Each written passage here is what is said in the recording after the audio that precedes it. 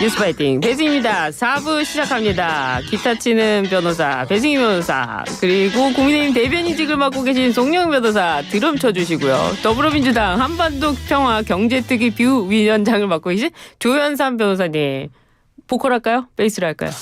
베이스가 좋을 것 같습니다. 예, 베이스를 맡고 계신 변호사 세 변의 합 시간이 돌아왔습니다. 안녕하세요. 네, 안녕하세요. 네, 안녕하세요. 아 다들 어색해 하시는군요. 잠이 덜 깼습니다. 이거 계셔야죠. 이게 무슨 소리입니까? 출근하시는데 화이팅을 해야 됩니다. 오늘 첫 번째 질문 들어갑니다. 국회 법사위에서 야당의 강행 처리로 김건희 여사와 모친 최 씨에 대한 동행 명령장이 발부가 됐습니다. 여당은 김 여사 모녀를 망신 주기 위한 의도다 이렇게 반발했는데요. 먼저 어떻게 보셨어요? 여당부터 들어볼게요. 일단은요, 네. 민주당에서 어제 그 헐리우드 액션을 하려는 의도를 고스란히 드러냈죠. 네. 어제 민주당 의원 3명이 그 한남동 관저 앞에 가서 예. 동행명령장 들고 사실상 쇼했잖아요. 왜냐면은 네. 동행명령장은 원래 국회 증언 및 감정에 관한 법률에 보면 국회 사무처 소속 공무원이 집행하도록 되어 있습니다. 아 그렇군요. 그거 그냥 국회의원이 들고 가서 집행하는 게 아니에요. 근데 네. 어제 그걸 굳이 따라가서 또 봉투에다가 큼지막하게 네. 동행명령장 이렇게 인쇄해가지고 들고 다 카메라 앞에서 했거든요. 예. 그런 거는 사실 미디어에 보여주기 위한 의도적인 거라고 보여요. 예. 그래서 여당에서 그 김건희 여사 모녀를 망신 주기 위한 것 아니냐 이제 이런 얘기도 나오는 거고요. 다만 짧게 덧붙여서 말씀드리면은 네. 그렇다고 해서 이제 김건희 여사가 아무런 입장 표명을 안 하고 가만히 있어도 되느냐. 이것에 대해서 국민 여론이 상당히 많이 증폭되고 있고 국민들의 목소리가 따갑다. 네. 매섭다라고 하는 것도 저희가 잘 인식하고 있습니다. 어제 대통령과의 면담에서도 이야기가 나왔는데 그 이야기 좀 뒤에서 더 하도록 하고요. 이게 정말 망신 주기입니까?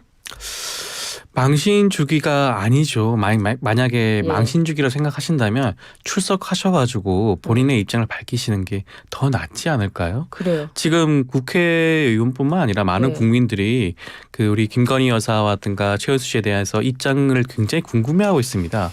직접적으로 말씀하신 바가 전혀 없으시잖아요. 이번 기회에 속 시원히 나오셔가지고 말씀하시면 됩니다. 말씀을 하시면 납득하실 수 있는 분들은 납득을 하실 거고요. 거기에 대해 추가적으로 질문하실 분도 있으시면 질문하시겠죠. 이것이 두려워가지고 출석하지 않는 게 저는 오히려 스스로에게 망신을 주는 게 아닌가 생각이 드네요.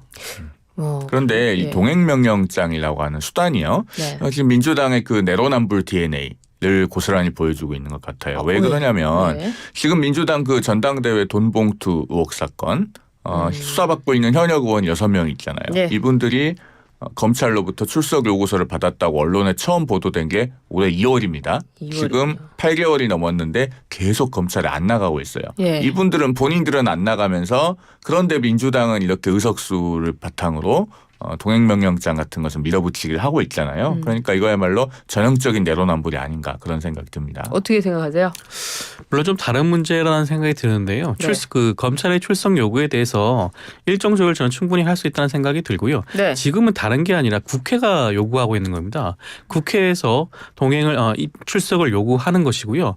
지금 야당이 뭐 밀어붙이기식이라고 말씀을 하시는데 야당한테 다수당의 지위를 준 것은 우리 국민이죠. 국민이 결정한 사안입니다. 국민을 대표해서 묻고 싶은 것을 김건희 여사에게 묻고 싶다는 것인데 거기에 대해서 출석하지 않고 답하지 않는 것 자체가 어떻게 보면 오히려 국민을 무시하는 처사가 아닌가라는 생각도 드네요.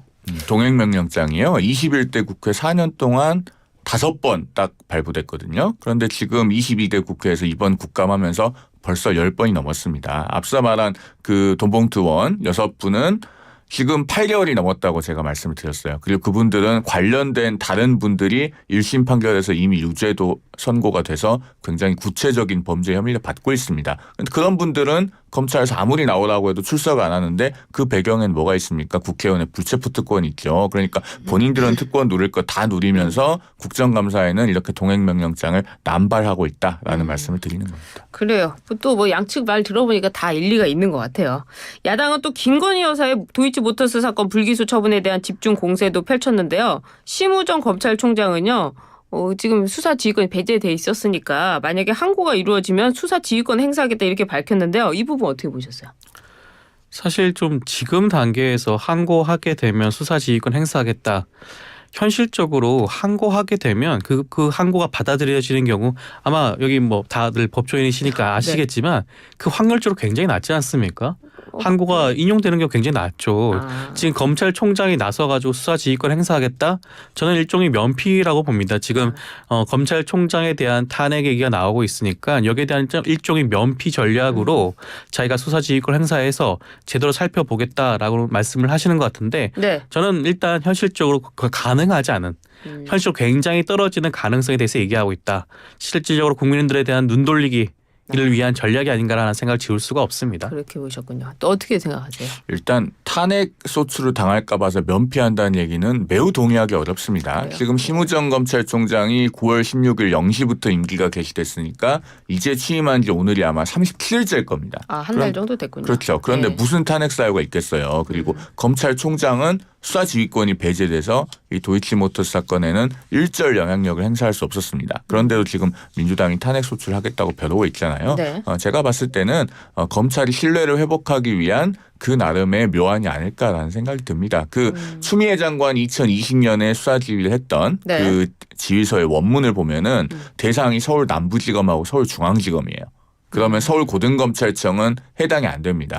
검찰총장의 수사지휘권이 살아있는 거죠. 그러니까 고발인이 항고를 하면은 내가 수사지휘권을 행사해서라도 철저하게 다시 살펴보겠다라는 취지로 이해가 되고 이게 고발인이 또 민주당 최강욱 전 의원이잖아요. 제가 봤을 때는 항고하지 않을 리가 없다고 생각합니다. 그래요. 근데 몇 년간이나 했는데 거기 이성윤 지검장도 있었잖아요.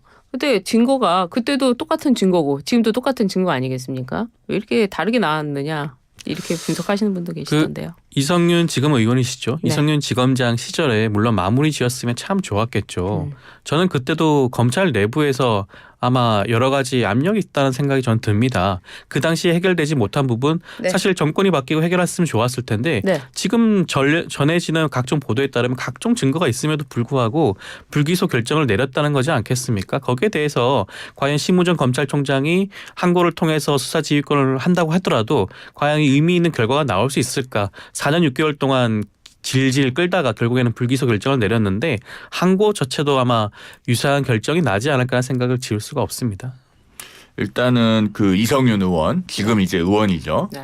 도이치모터스 사건이 고발이 되고 1년 2개월 동안 서울중앙지검장으로 있었습니다. 그러면은 본인은 중앙지검장 시절에 도대체 수사 지휘를 어떻게 했길래 이 사건이 이렇게 결과가 나왔는가에 대해서 사실 그분도 답을 하셔야 돼요. 그런데 민주당은 지금 검찰총장하고 네. 서울중앙지검장을 뭐 탄핵 소추하겠다 이렇게 벼르고 있지 않습니까? 네. 사실은 중앙지검장 같은 경우에는 올해 묵은 사건을 본인이 부임해서 왔더니 아직도 처분을 안 하고 있어서 어떻게 보면 일종의 설거지를 한 셈입니다. 그런데 그런 분을 지금 탄핵 소추를 하겠다고 하고 정작 이성윤 의원은 본인은 아무 책임이 없는 것처럼 법사위에서 따져 묻고 이러고 있는 상황을 보니까 이것은 뭔가 좀 주객이 전도된 것이 아닌가 하는 생각도 들어요. 알겠습니다. 이거 계속 나오는 얘기니까 또 다음에 우리가 방송을 계속 한다면 할 수 있겠죠? 네. 다음 넘어가 보도록 하겠습니다. 명태균 씨의 그 제보, 제보자 강모 씨가 강혜경 씨죠. 법사위에서 김건희 여사가 김영선 전 의원의 공천을 줬다고 이렇게 본인은 이제 입장을 밝혔는데 그리고 명 씨가 지난 대선 당시 윤 대통령에게 여론조사를 제공한 대가로 바로 이 공천을 받았다 이런 주장을 했는데 어떻게 보셨어요? 저는 너무나 이제 명확한 증거들이 속속 나오고 있는 게 아니라는 생각이 듭니다. 지금까지는 사실 언론 보도로만 알려지고 있다가 어떻게 보면 이 사실관계에 개입되어 있는 강혜경 씨가 직접 국회에 출석을 해서 네. 각종 의혹에 대해서 스스로 진술을 하고 있지 않겠습니까? 저는 이 부분 되게 그 집중해서 앞으로도 살펴봐야 될 부분이라고 생각을 하고요. 네. 이번 진술을 통해서 앞으로도 각종 보도가 쏟아지게 될 수밖에 없습니다. 구체적으로 이제는 대통령실 답변해야 될 상황이고 네. 윤석열 대통령이 직접 나서야 될 상황이 아닌가 싶습니다. 어떻게 보셨습니까? 일단은 국민의힘 당 자체적으로 뭐 당무감사가 됐든 뭐가 됐든 자체적인 사실관계 확인과 파악은 좀 필요해 보입니다. 그런데 이 문제는 2022년에 있었던 그 보궐선거 과정에 대한 거잖아요. 네. 그러면은 이준석 의원이 답을 해야 된다라고 생각합니다. 당시에 이제 국민의힘 대표였잖아요. 네. 그러니까 공천이 된 과정에 대해서 소상하게 잘 알고 있을 만한 인물도 이준석 의원입니다. 그러면은 이준석 의원이 네. 물론 지금은 국민의힘을 떠나서 일종의 구원이 있다고는 하지만 그럼에도 불구하고 객관적 사실에 입각해서 본인이 알고 있는 대로 좀 답을 해야 된다라는 생각이 들고 네. 짧게 덧붙이면은 예. 저는 상황이 이쯤 되면요. 김영선 전 의원이 좀 문제가 있다고 생각합니다. 지금 본인과 명태균 씨와 관련해서 네. 여러 가지 문제들이 계속 등장하고 있는데 본인 여기에 대해서 말씀이 없으시잖아요. 그러네요. 오선 의원까지 했던 우리 정치의 중진이자 뭐 원로라고 불렸던 분이면은 이쯤 되면 본인이 좀 뭔가 소상하게 국민들 앞에 설명하실 필요가 있다라는 생각이 아울러 듭니다. 그래요. 또 민주당이 김건희 여사 특검을 주장하는 가운데 김민전 최고위원이 삼김 여사 특검을 하자. 그래서 김정숙, 김혜경 여사와 관련된 의혹을 함께 규명해야 된다. 이렇게 주장을 했는데 어떻게 들으셨어요? 갑작스레 또 왜 이런 말씀을 하시는지 모르겠어요. 네. 지금 국민적인 여론은 김건희 여사에 대한 특검을 조속히 실행하자. 그래가지고 김건희 여사에 대한 각종 의혹을 들춰내자. 네. 이것은 사실 여야 진보와 보수를 넘나드는 그런 분위기지 않겠습니까? 네. 그런데 갑자기 지금 김정숙 여사와 김혜경 여사에 대한 특검이라뇨. 보통 특검이라는 거는 예. 권력형 비리, 권력이기 때문에 검찰이 제대로 수사할 수 없는 분야, 거기에 대해서 수사를 하는 게 특검입니다. 김정숙 여사와 김혜경 여사에 대한 수사는 지금 검찰 충분히 하고도 넘치죠. 김혜경 여사에 대해서는 네. 10만 원짜리 그 법카 사건으로 인해 가지고 지금 120차례가 넘는 압수수색을 당했다고 하는데 그렇다고 한다면 충분히 수사가 진행되고 있는 게 아닐까요? 과연 특검이 왜 필요한지 저는 그 이유를 모르겠습니다. 아, 그래요. 어떻게 들으셨어요? 아니 저도 이게 삼김 여사 특검은요. 네. 사실은 김민전 최고위원의 개인 의견이신 거고 어제 최고위에서 갑자기 말씀을 하셨는데 이게 뭐 당 차원에서 심도 있게 논의되거나 그런 것은 아닌 걸로 알고 있습니다. 어제 최고위에서도 김민전 최고위원의 그 발언이 있고 나서 뭐 별도로 이렇다 할 논의는 없었거든요. 그렇기 때문에 김민전 최고위원의 개인 의견이고 사실은 김혜경 씨 같은 경우는 그 법인카드 유용 의혹 전체에 대해서는 아마도 곧 기소가 이루어지겠죠. 말씀하신 그 공직선거법 위반 사건은 공소시효 때문에 법인카드 유용 의혹 중에 그 부분만 따로 떼서 기소를 해서 재판을 받고 있고 지금 다음 달 14일에 선고하지 않습니까? 네. 그러면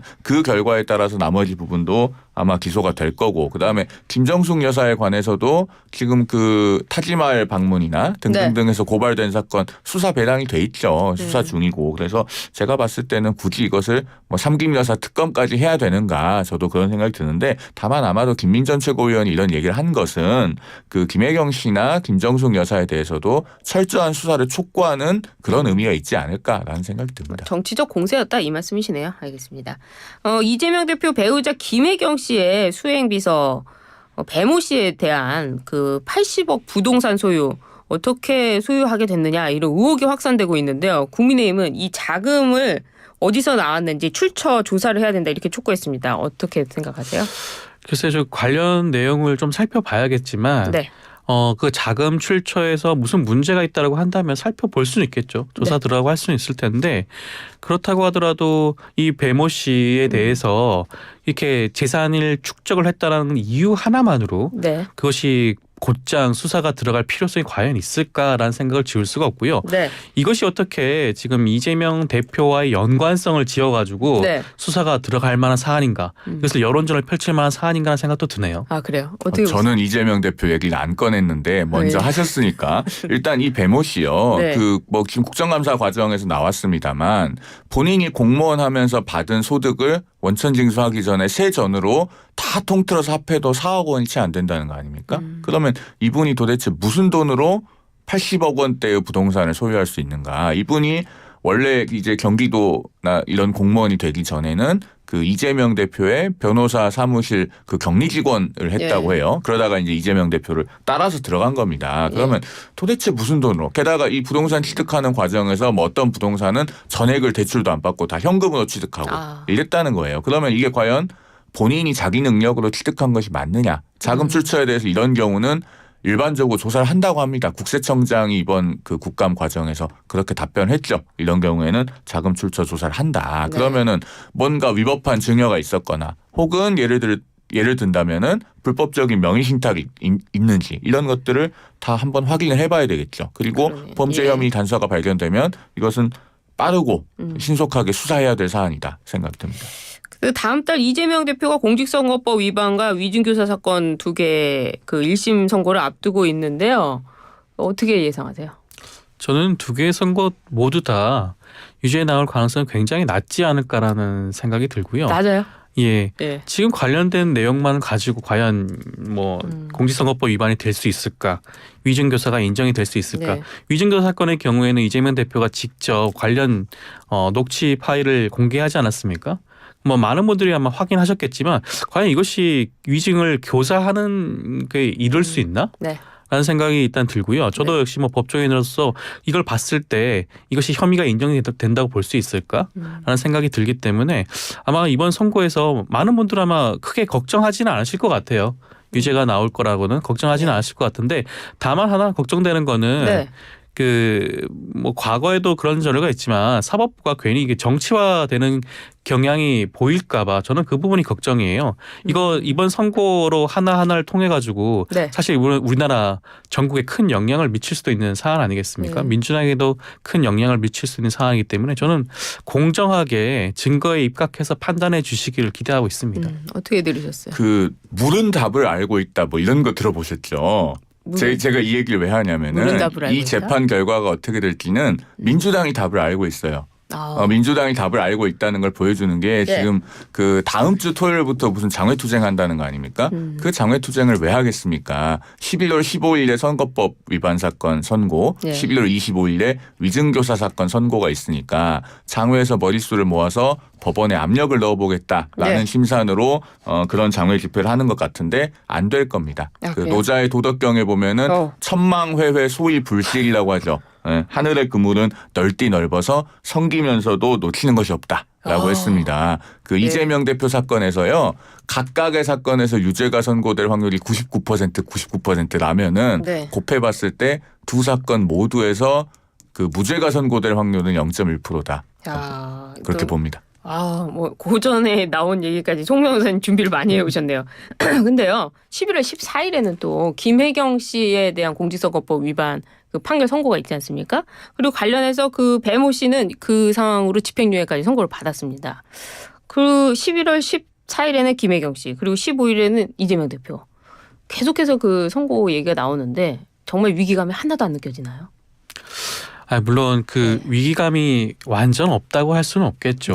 하지만 법원의 판단을 믿고 기다리겠다는 입장이고요. 방금 송영문 변호사가 장외 집회 얘기를 하셨는데 장외 집회는 이재명 대표의 선거와는 무관하다고 할 수 있죠. 조국혁신단도 장외 집회를 합니다. 그럼 조국혁신당이 이재명 대표를 위해서 장외 집회를 한다는 말인가요? 지금 각 야당들이 장외 집회를 하는 이유는 국가가 위기 상황이기 때문입니다. 국정농단의 사건이 지금 불거지고 있죠. 명태균 사건을 비롯하여 김건희 여사에 대한 각종 의혹이 불거지고 있기 때문에 하는 것이지 어떻게 이것이 이재명 대표 구하기 그 단 하나의 목적으로 모든 야당이 함께 장외 집회를 한다고 말씀하실 수 있는지 저는 그 부분은 좀 납득이 되지가 않네요. 아니 조국혁신당은 조국 대표 구하게 하는 거죠. 거기야말로 머릿수 모아서 지금 그 위세를 과시해서 대법원 판결을 밀어보겠다는 심산이 아닌가 저는 그렇게 봅니다. 근데 이렇게 여론전을 펼치는 걸 보면요. 이 사법부가 그럼 여론의 눈치를 보는 것이냐. 일반 국민들은 그냥 판결 내리는데 왜 국회의원들 혹은 뭐 권력자들에 대해서는 계속 눈치를 보느냐 이런 비판도 있거든요. 그렇기 때문에 저는 차라리 공정하게 빠르게 판단하시는 게 차라리 낫다.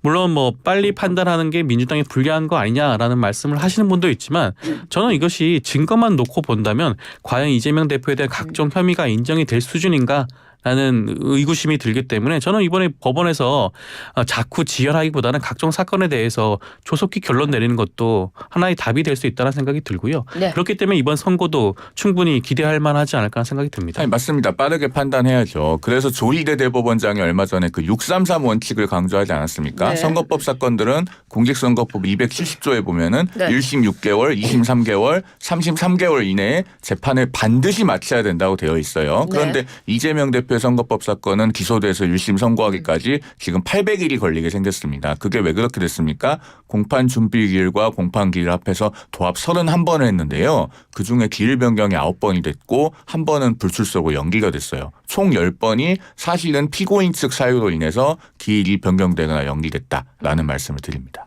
그래요. 대법원과 관련해서도 지금 윤감석 전 의원 있잖아요. 대법원 선고 31일에 나오는데 조국 대표 아직 안 나오고 있거든요. 어떻게 보세요? 뭐 제가 너무 좀 사건이 법원의 입장을 대변하는 건 아니어서 예. 저도 그 부분 뭐 많은 분들이 좀 의아하게 생각하시겠죠. 보통 대법원 사건이라는 좀 게 아시잖아요. 예, 빨리 나오는 경우도 굉장히 많거든요. 네. 사실. 빨리 특히 나오죠. 형사 사건의 경우에는 네. 사실 결론을 빨리 내리는 경우가 많은데 네.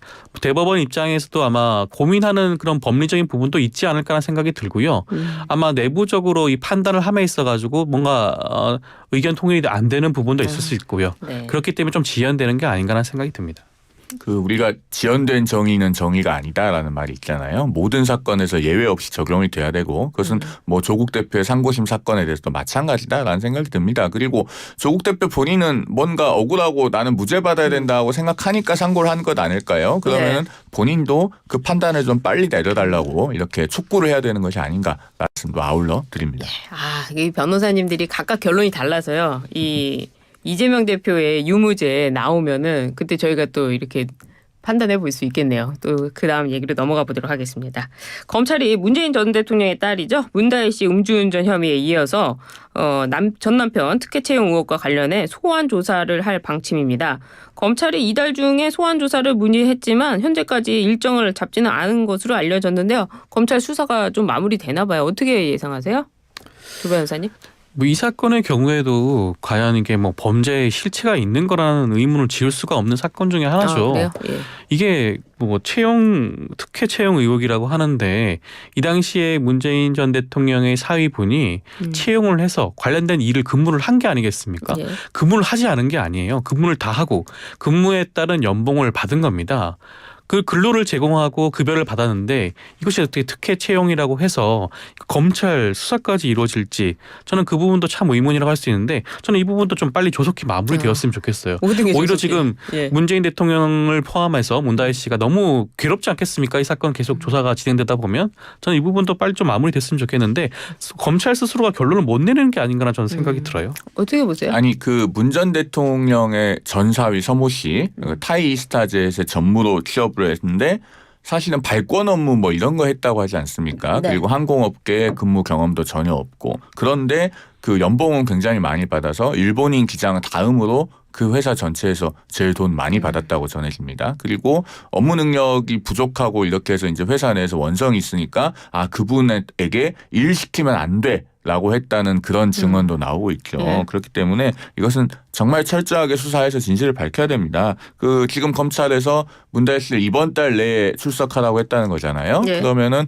어느 정도 조사를 할 만한 준비는 됐을 것이다. 그러니까 뭐 포렌식 자료에 대한 네. 분석도 끝마쳤을 것으로 예상이 되고 10월이라고 하면 이제 뭐 열흘도 안 남았잖아요. 그러면 그러네요. 빨리 빨리 일정 조율해서 조사 받을 것 받고 예. 네, 네. 그렇게 해야 된다고 보는 것이죠. 그 말씀하신 것 중에 이제 채용돼서 일하고 월급 받았는데 무슨 문제냐 하시지만은 일각에서 제기하는 의혹은 그 채용 자체가 특혜 아니냐.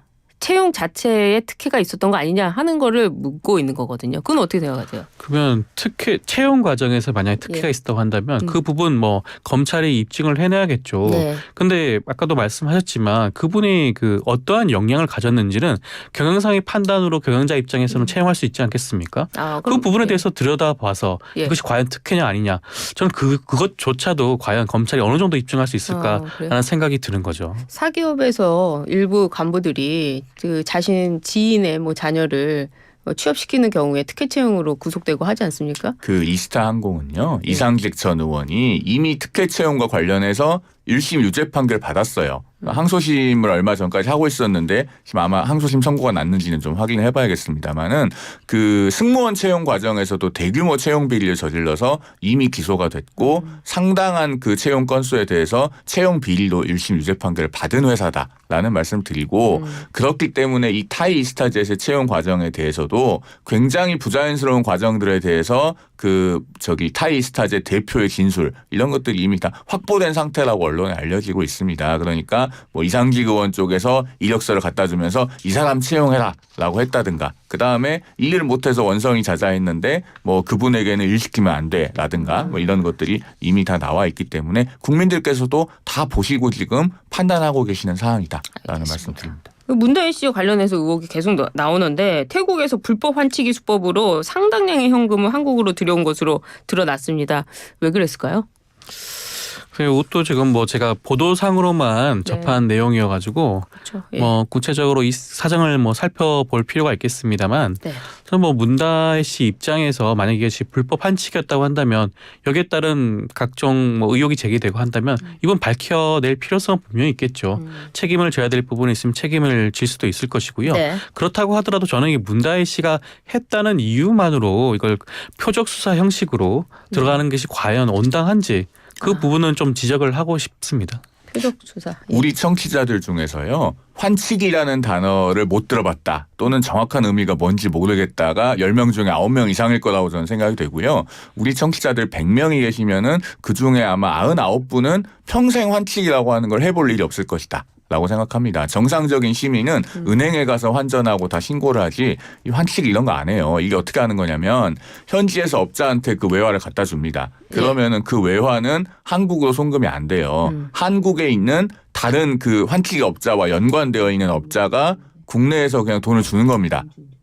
그렇게 해서 이제 그 외국환 거래법에 위반되는 그 외환 거래가 이루어지는 거죠. 이런 걸 어떨 때 하느냐. 자금 출처를 밝히고 싶지 않거나 자금의 이동을 숨기고 싶을 때 합니다. 대표적으로 이재명 대표의 방북 비용을 제공하기 위한 그 지금 재판 진행 중인 대북 송금 사건. 거기서 이렇게 환치기를 해가지고 외국에서 돈을 북한에 조선노동당에 갖다 줬죠. 그런 거라서 도대체 저는 문다혜 씨가 어떤 부분을 숨기고 싶었길래 이 환치기를 했을까 저도 매우 궁금합니다. 수사를 통해 좀 꼭 밝혀졌으면 좋겠네요. 그래요. 이 문다혜 씨 수사 얼마 전에 용산경찰서에 이제 출석하지 않았습니까? 관련해서 그 태도의 문제도 뭐 지적이 많이 나왔던데요. 어떻게 전반적으로 평가하셨어요? 그 말씀하신 내용이 아마 우산 네, 뭐 우산도 관련된 있었고 내용도 예. 포함을 시키신 것 같은데 아마 문다혜 씨가 이렇게 경찰 출석해서 그 기자들 앞에서 그렇게 인터뷰를 하는 경우가 없지 않았겠습니까? 아, 그렇죠. 처음이다 보니까 아마 여러 가지 당황스러운 부분도 있었을 것이고 아마 여러분들 많은 분들이 봤을 때 좀 미흡한 부분이 있었을 수는 있겠죠. 저는 근데 많은 분들이 경찰 조사 받는 경우가 흔치 않습니다. 처음 그렇죠. 가게 되면 예. 굉장히 당황하고 굉장히 놀라는 부분이 굉장히 많죠. 아마 많은 분들 아시겠지만 그런 연장선에서 볼 필요성이 있지 않을까라는 생각이 드네요. 지금 문다혜 씨가 이제 음주운전 관련해서 경찰 조사를 받았잖아요. 네. 저는 그 뒤에 문재인 전 대통령의 태도에 매우 문제가 있다고 봅니다. 왜요? 왜냐하면은 본인이 과거에 음주운전은 살인행위라고 했잖아요. 네. 그런데 딸이 음주운전을 했어요. 입장을 안 밝히는 것까지는 뭐 내 딸이니까 그럴 수 있다고 쳐요. 그런데 아무 일이 없었다는 뜻이 또 어제는 SNS에다가 새로운 책 추천을 하셨다는 거 아닙니까? 네. 그러면은 이거는 너무 앞뒤가 안 맞는 태도잖아요. 그 뭐 책 제목이 줬으면 그만이지라는데 책 제목이 줬으면 그만이지. 책 제목이 줬으면 그만이지래요. 그 추천한 책이. 그런데 저는 그걸 보면서 내 딸이 합의금을 줬으면 그만이지라고 생각하시는 건 아닐까라는 생각이 개인적으로 들었습니다. 알겠습니다. 변호사님과 대화를 하다 보니까 굉장히 튀고 막 스펙타클하고 힘이 나네요. 뭔가 이렇게 재밌네요. 저만 그래요? 저만 그렇군요. 저만 재밌습니다. 그렇군요. 재밌죠? 네. 네, 알겠습니다. 두 분 말씀 잘 들었어요. 지금까지 조현선 변호사, 송영우 변호사 두 분 함께했습니다. 감사합니다. 고맙습니다. 감사합니다. 경동나비의 모델 마동석입니다.